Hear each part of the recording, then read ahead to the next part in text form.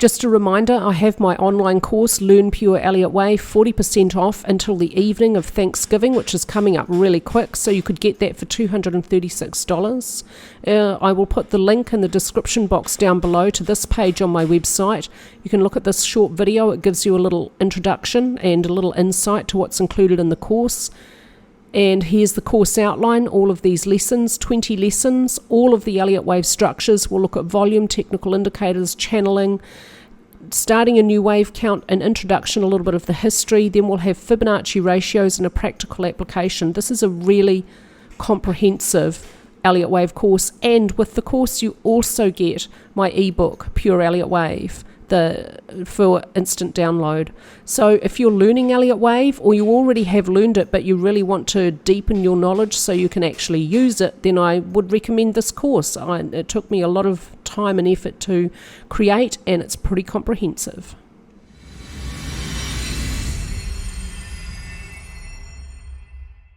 Hello everybody, this is Lara with an updated analysis for TLT iShares 20 plus year Treasury Bonds ETF today for you. That's a bit of a mouthful, isn't it? It's a weird one. The chart looks very choppy and overlapping to the upside and really strong to the downside. The dominant trend is down, and I don't see evidence of that downward trend being over. An Elliott wave analysis first, because this is an ETF, it's got sufficient volume for Elliott wave counts, and I'm only going to do monthly charts for this one, otherwise it's just going to take me too long.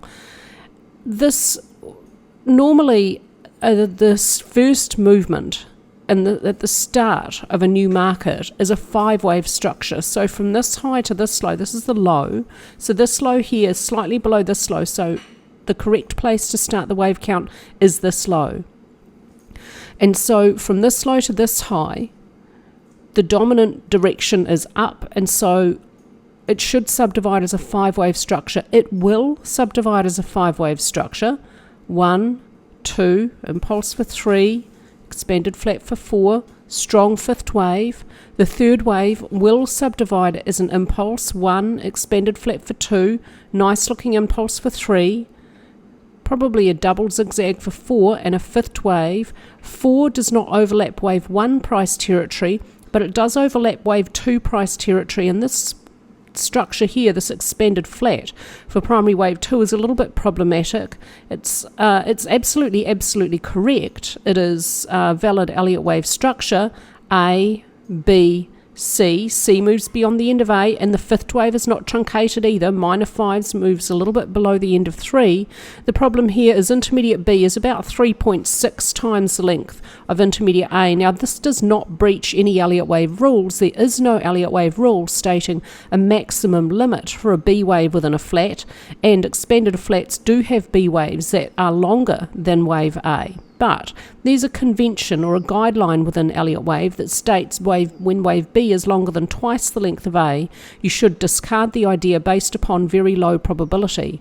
Very low probability does not mean no probability, and I have, on very rare occasions, seen expanded flats that have B waves that are particularly long, quite a lot longer than twice the length of A, and that's in the context of hindsight with a complete Elliott wave count with a movement that is absolutely definitely over. So this is possible, it's just got a low probability. From this high to this low, this downward bear market subdivides quite nicely as a double zigzag. There's no technical evidence that it's over, and it could continue lower. For this first wave count, supercycle 2 may not move beyond the start of 1, below 80.51. A new low by any amount, at any time frame, a fraction of a cent on a tick chart, because Elliott wave rules are absolute. This rule is absolute. 2 may not move beyond the start of 1. That's enough to invalidate this wave count. Elliott wave rules are absolute, and they work on highs and lows, not opens and closes. So that's why I say any amount below that point invalidates this first wave count and indicates the second wave count could be correct. I wanted to see if this upward movement could subdivide better as a corrective structure than a 5-wave motive structure, and it will fit quite nicely as a double zigzag, but again, this wave count has its own problems. I'm going to start this wave count here. You can, if this is a corrective structure, A, running barrier triangle for B. This doesn't look ideal, and a quick impulse for C. This is the first zigzag in a double, labelled cycle wave W. The double is joined by a quick 3 in the opposite direction, and then the second structure, the second zigzag in the double, is a long extended zigzag. A looks like a really good 5-wave impulse.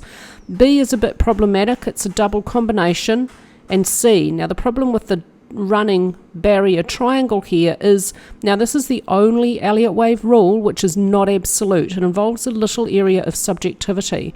The rule regarding waves B and D for a contracting triangle is D may not move beyond the end of B, but for a barrier triangle is D should end about the same level as B so that the BD trend line looks essentially flat to the eye. This one nearly looks flat. It obviously has a little bit of a slope. That's subjective. It's the only Elliott wave rule which is subjective, which is a little bit annoying, and so I acknowledge that this wave count relies on subjectivity for this piece of the wave count. Now the second problem in here for primary wave B is a double combination. W would be a zigzag, X and Y would be an expanded flat. Double combinations are sideways structures. In order to achieve that sideways look, the X waves are usually deep. This one is, and X waves can move beyond the start of W. Again, like a B wave in an expanded flat, they can make that new price extreme. But here's the problem. For wave Y in a combination, it usually ends about the same level as W to achieve that sideways movement. Combinations are, in classic terms, we describe the movement as a consolidation with identified areas of support and resistance. But this one here has not ended about the same length of end of W because X has moved beyond the start of W and Y has failed to move down to W. The whole thing has a slight upward skew to it. That could be explained by this really strong movement pulling primary wave B up. So it could make sense in that context.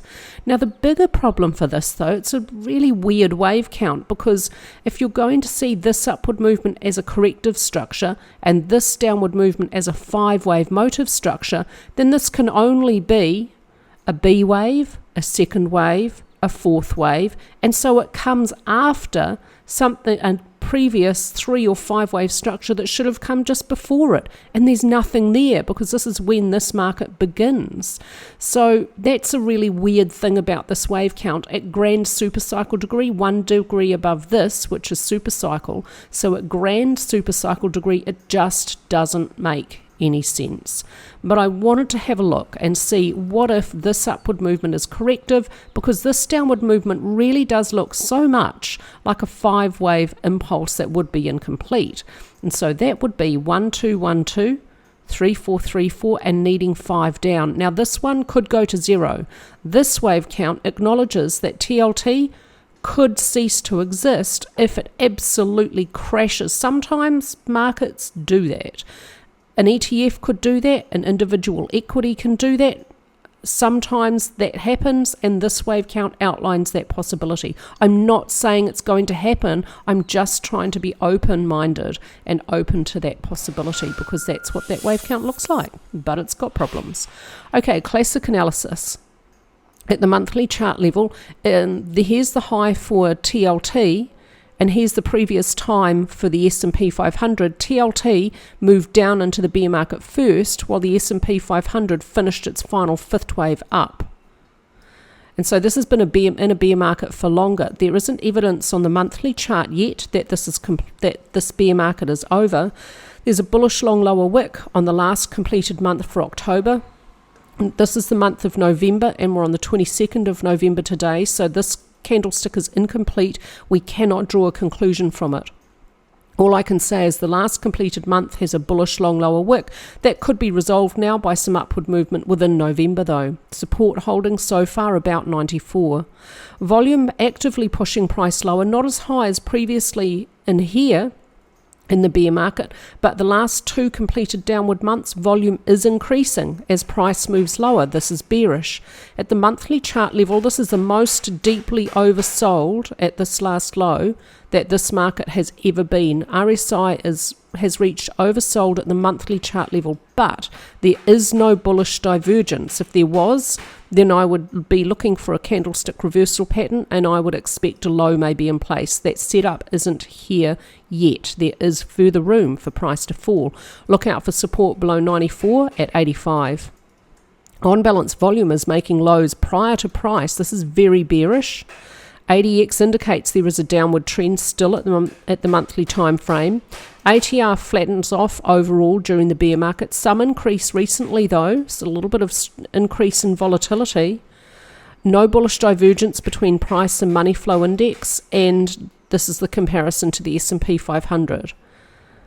At the weekly chart level, there is a bullish piercing pattern at the last low, but importantly, it lacks support from volume, so we cannot have confidence in it. Look for next resistance about 107, support about 94 holding. On balance, volume has no new range, no signal at the weekly chart level. At the weekly chart level, this downward trend is very extreme. It could continue to be further extreme, and it could, because there's never been a downward bear market this strong for TLT before. So we don't know how extreme ADX can get. I'm so sorry about the noise. There's nothing I can do there from the neighbour's building site. This very extreme reading from ADX could be resolved by some consolidations and bounces within the ongoing downward trend to pull the black ADX line down before the downward trend resumes. No bullish divergence from RSI at the weekly chart level. There was a little bit here. That only led to a small bounce and then a continuation of strong downward movement with strong push from volume. No bullish divergence developing here, and RSI reaches even further oversold at the last low. No bullish divergence for the short term between price and money flow index either, although there is longer term bullish divergence. I will acknowledge that, but on its own, that doesn't mean that the bear market has to be over.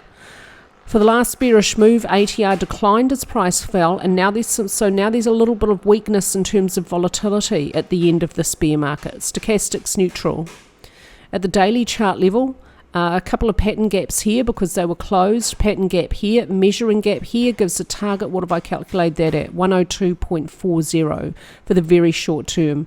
Support about 94, 95 holding. Resistance above 111.5.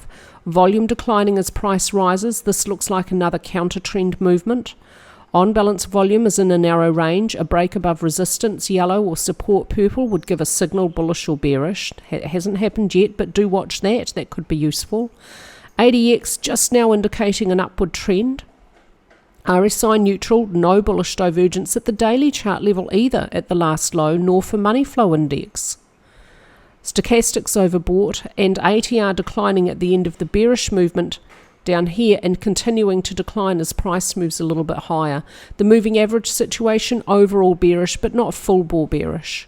So I don't see evidence that there is a sustainable low here. There is a downward trend. I would expect this is a counter trend movement for TLT. Thank you so much to everyone who's voted. I have some results starting to come through, and it looks like XDC and BPRO are going to be coming up next week for you. There's still quite a few markets here that have absolutely no votes, so if you want to keep them on the list and you haven't voted yet, go and vote for your favourite, because if I run these polls 3 or 4 times and I have repeatedly certain markets that get 0 votes, I'll just take them off the list. So every vote counts. So let me know which markets on my list do you want me to analyse next, and there is an option at the bottom for you to put in other. If you want something else, please give me the ticker symbol from Yahoo Finance. If there's no ticker symbol, I won't be taking it into account. You have to give me the ticker symbol. That's all from me with your TLT analysis. I hope everyone's having an awesome week.